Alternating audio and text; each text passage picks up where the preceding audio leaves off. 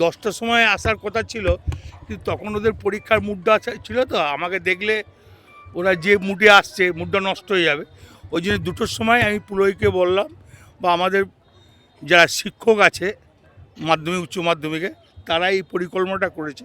President আছে, main পুরোহিত আছে, সবাই একধার থেকে করেছে। খুব সুন্দর পরিবেশ, সব জায়গাতেই হচ্ছে।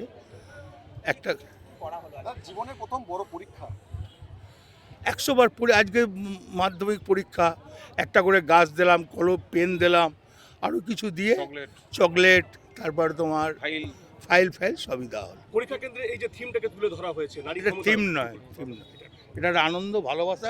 মেয়েদের যারা পরীক্ষা দিয়ে তাদের মনোবলটা বাড়বে।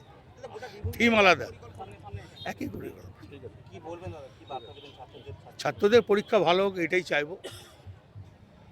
দাদা গতকালই কেন্দ্রীয় বাজেট এসেছে, বাজেট নিয়ে কি বলবেন? গোল বাজেট, পশ্চিমবাংলায় কিছু দেয় নাই, সেটা পশ্চিমবাংলার মানুষ চিন্তা করুক।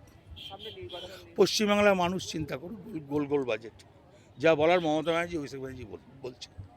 আপনারও কি জেলা জুড়ে বিক্ষোভ হবে সেই নিয়ে? কি জন্য? দল যা বলবে তাই হবে। আমি দলের সর্বমত্ত আছে, অভিষেক ব্যানার্জি আছে, দিদি আছে, ওরা যা বলবে তাই হবে। রাজ্যে মুখ্যমন্ত্রীকে দিল্লিতে আটকে দেওয়া হয়েছে এবং ব্যারিকেড করে দেওয়া হয়েছে ভবনের ভিতরে। কোথায়? কোন ভবনে? বঙ্গভবনে। বঙ্গভবন তো পশ্চিমবঙ্গ সরকারের। বঙ্গভবন তো পশ্চিমবঙ্গ সরকারের। দিল্লি পুলিশ প্রচুর ব্যারিকেড করে তো বঙ্গভবন তো পশ্চিমবাংলা সরকারের। ঢুকতে দেওয়া হয়নি, ঢুকতে দেওয়া হচ্ছে না। বঙ্গভবন ঢুকতে দেয় না। এসআইআর মানুষ যারা যারা এখানে ছিল, দিল্লি পুলিশ সেখানে কি ঢুকে তল্লাশি চালাচ্ছে, এটা অভিযোগ এসেছে।